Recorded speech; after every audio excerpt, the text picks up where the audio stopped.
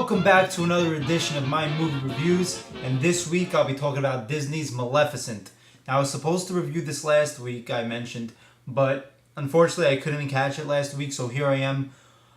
It's a week after the release date, reviewing Disney's Maleficent.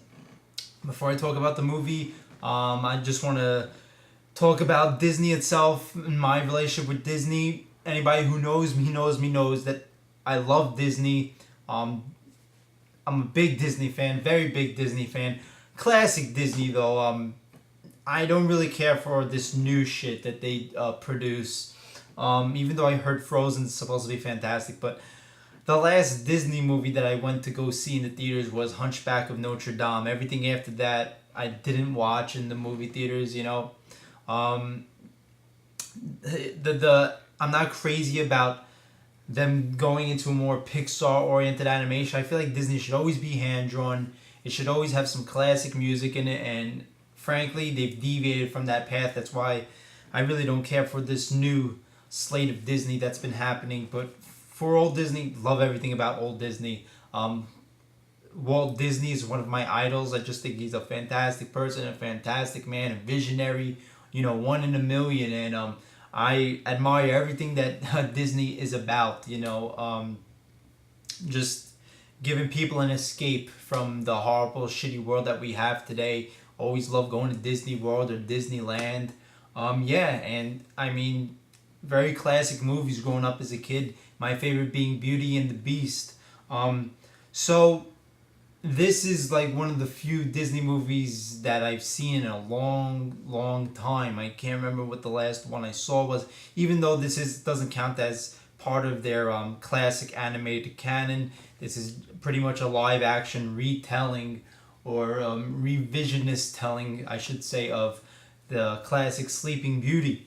Now, Sleeping Beauty, the Disney animated film, 1959, is not really in my top 5 or anything like that of Disney movies, but it is a classic. Great animation, classic story. And they also boasted of one of the most memorable Disney villains of all time. Most of the, highly hailed and popular Disney villains of all time in Maleficent. And that's what this movie is about. It is about Maleficent.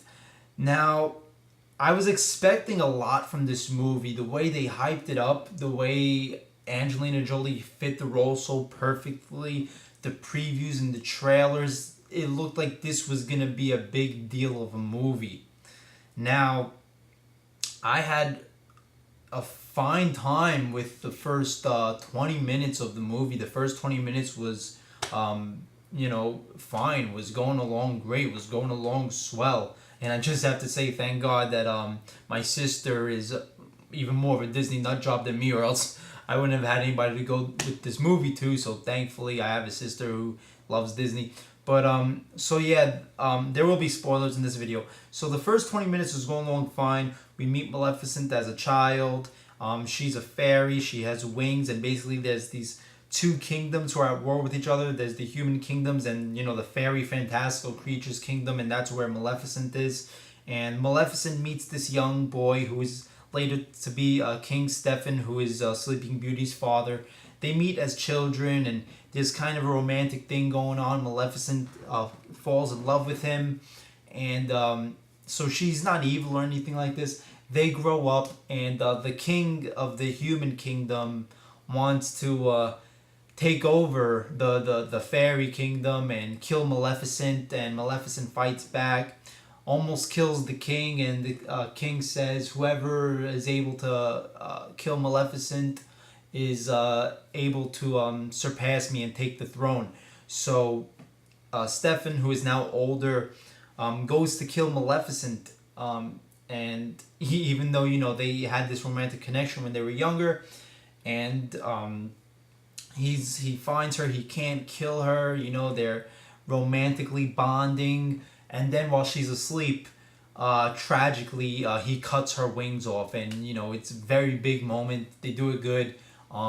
You really feel for Maleficent, because she's not a villain yet, and you're like, okay, this is where she's gonna become the badass bitch that she was in Sleeping Beauty, one of the greatest, Disney villains of all time.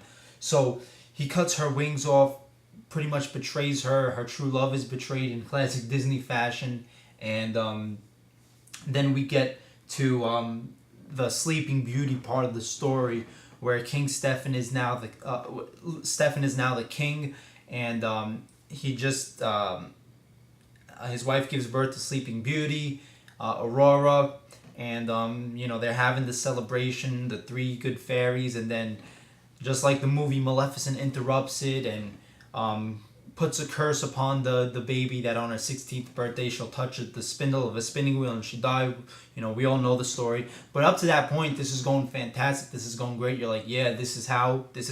This is how the story is. It's awesome to see, it play out in live action form, with Angelina Jolie's Maleficent at the head of it, her side of the story. Unfortunately, it all goes downhill from here, and this is like 20 minutes in. Now, Maleficent is supposed to be a villain. And, I hate when people take it upon themselves to revise and give a revisionist story upon a classic story, a revisionist telling on a classic story. It's one thing to make little certain changes, like I was fine with Maleficent's raven or crow, whatever it is, also taking human form. That was pretty neat. But the changes were just way too much and just totally neutered and washed down the story. It was like they were trying to just make this safe for children, and it was very unfortunate because I thought this was going to be a villain-led story, a tragic villain-led story. We were going to see some badass evil acting from Angelina Jolie, but fact of the matter is, we see 5 minutes of evil Maleficent, and the other hour and 20 minutes are basically just her and Sleeping Beauty just hanging out, bonding together. It's like, what? This isn't Maleficent. This isn't the fucking badass bitch that turns into a dragon. This evil fuck. I feel like false advertisement definitely was going on through this, because we were led to believe, this was going to be very evil, very villain-led, Maleficent in her evil ways, how she gets evil, but she's evil for 5 fucking minutes. And, of course, the one pro of this movie is Angelina Jolie. She's great, but imagine how much better her performance would have been if her character did more evil things. I mean, that's what the whole thing was marketed about. That's what the whole representation of her character was about, and it wasn't that. They turned her into a hero, and I just did not buy that, didn't like it. So we move on with the story. The three good fairies, Flora, Fauna, Merryweather, for some fucking stupid reason, they changed their names on other stupid revisionist shit. Come on, why are you going to revise a classic, story? Just a story that's been told for generations and generations. There's no need to make changes to it. You can slightly modify it, but why change it, upside down on its head if it's worked for hundreds of years? So the three good fairies raise Princess Aurora as, their child or their niece or whatever, just like the classic Sleeping Beauty movie. But here he goes with some more revisionist shit. In the original Sleeping Beauty from 1959, Maleficent doesn't know the whereabouts of Princess Aurora until her 16th birthday, when her raven, her crow, finds her at the fairy's cottage that they're hiding in. But instead, the crow finds them right when they move in, finds Aurora as a little baby, moved in with the fairies, and it turns out that Maleficent is watching over Aurora her whole life, from when she's a little baby to when she's an infant to when she's 16 years old. Maleficent is watching over her instead of finding out that, she's here when she's 16. She watches over her life, and she hates the baby, but she starts to fall in love with it, and she protects it from afar and all this, and it's like, what? This isn't fucking Maleficent. This is like the nicest fucking lady in the world, and then Aurora finally meets Maleficent, and she starts calling her fairy godmother, and they do this whole thing where Maleficent turns into her fairy godmother. I mean, what? I mean, what the fuck? Why? Like, that's not it, man. You know, that's just some very G-rated, watered down, you know, pussified positive spin on, you know, a kind of a dark story. And it's just bad. It's not good. Because, like I said, Maleficent, one of the most renowned, known classic Disney villains of all time. One of the most evil fucking Disney villains of all time. And instead, she's a fairy godmother to Sleeping Beauty. She's the hero. She's all good.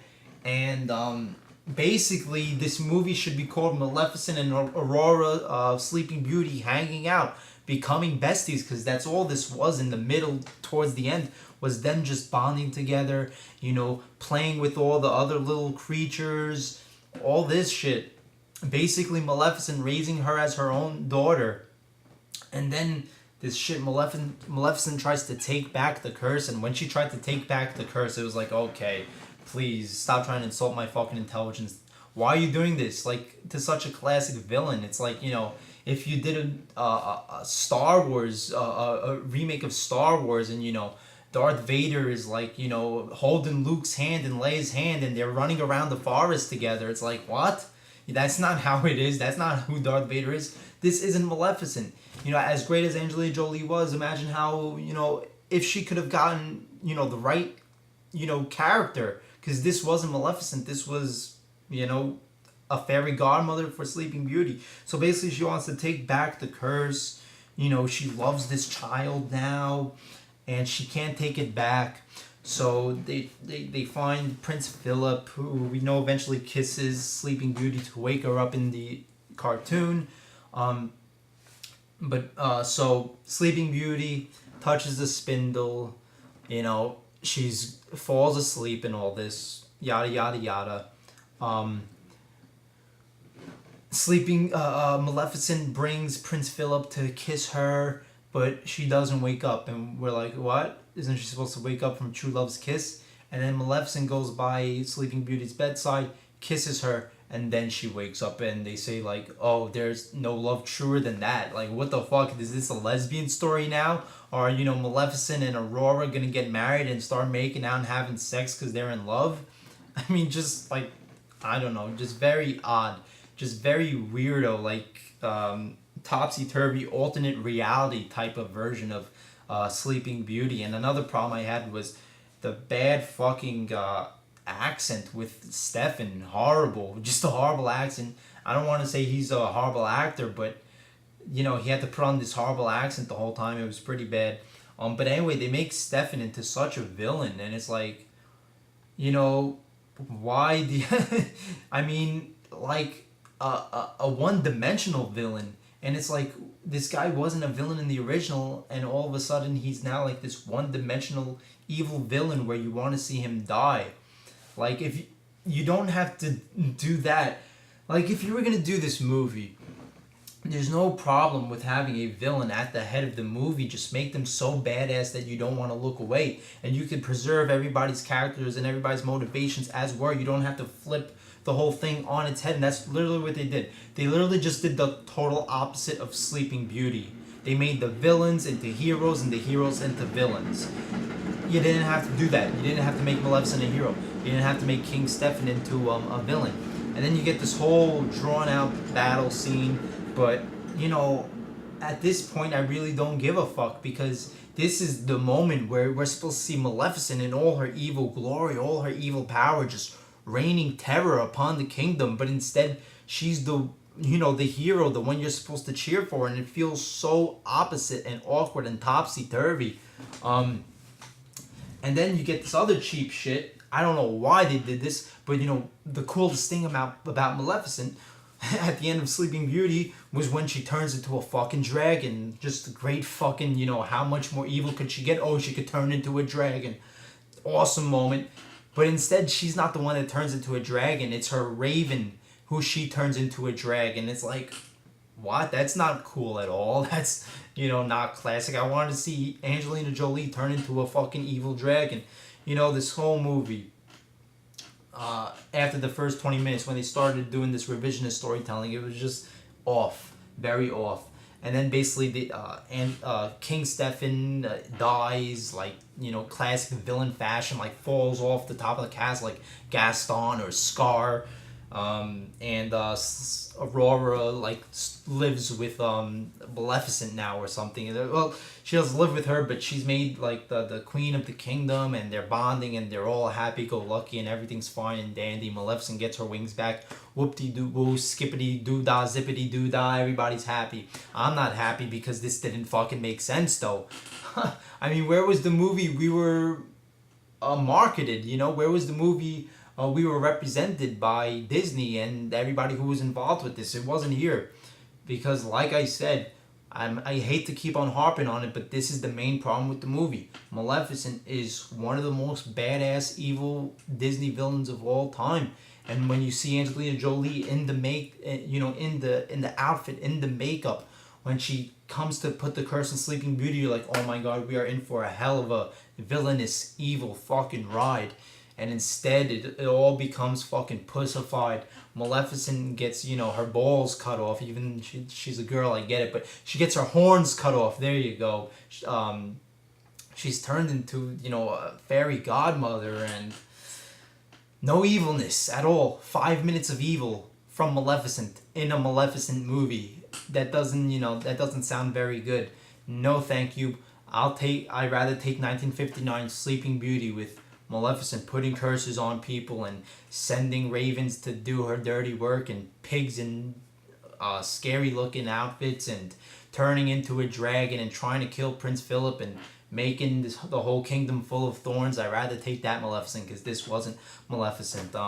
Very disappointing movie, to say the least. I had a lot of hype for this one and a lot of anticipation and a lot of expectations, but nope, didn't work. So yeah, let me know what you thought of the movie, if you saw it, favorite Disney movie, those types of things. I really hope this isn't the future groundwork for Disney, because I know they're getting this hard on now for live action remakes, because I guess they can't come up with anything new that's good. So they're doing like Cinderella live action film, Beauty and the Beast live action film, Little Mermaid, and I hope it's not this fucking bizarro, weirdo, topsy-turvy versions of them where, I don't know, fucking, what's her name? Ariel turns into a villain, and Ursula is a hero, like weird shit like that. I don't know. So yeah, there's my review. Maleficent, very good for the first 20 minutes, but the rest of that, it's just an insult to your intelligence and an insult to your childhood, remembering how the story is actually told. Alright, I am Jay Shady, the voice of reason. Like, comment, subscribe, and I'll see you later.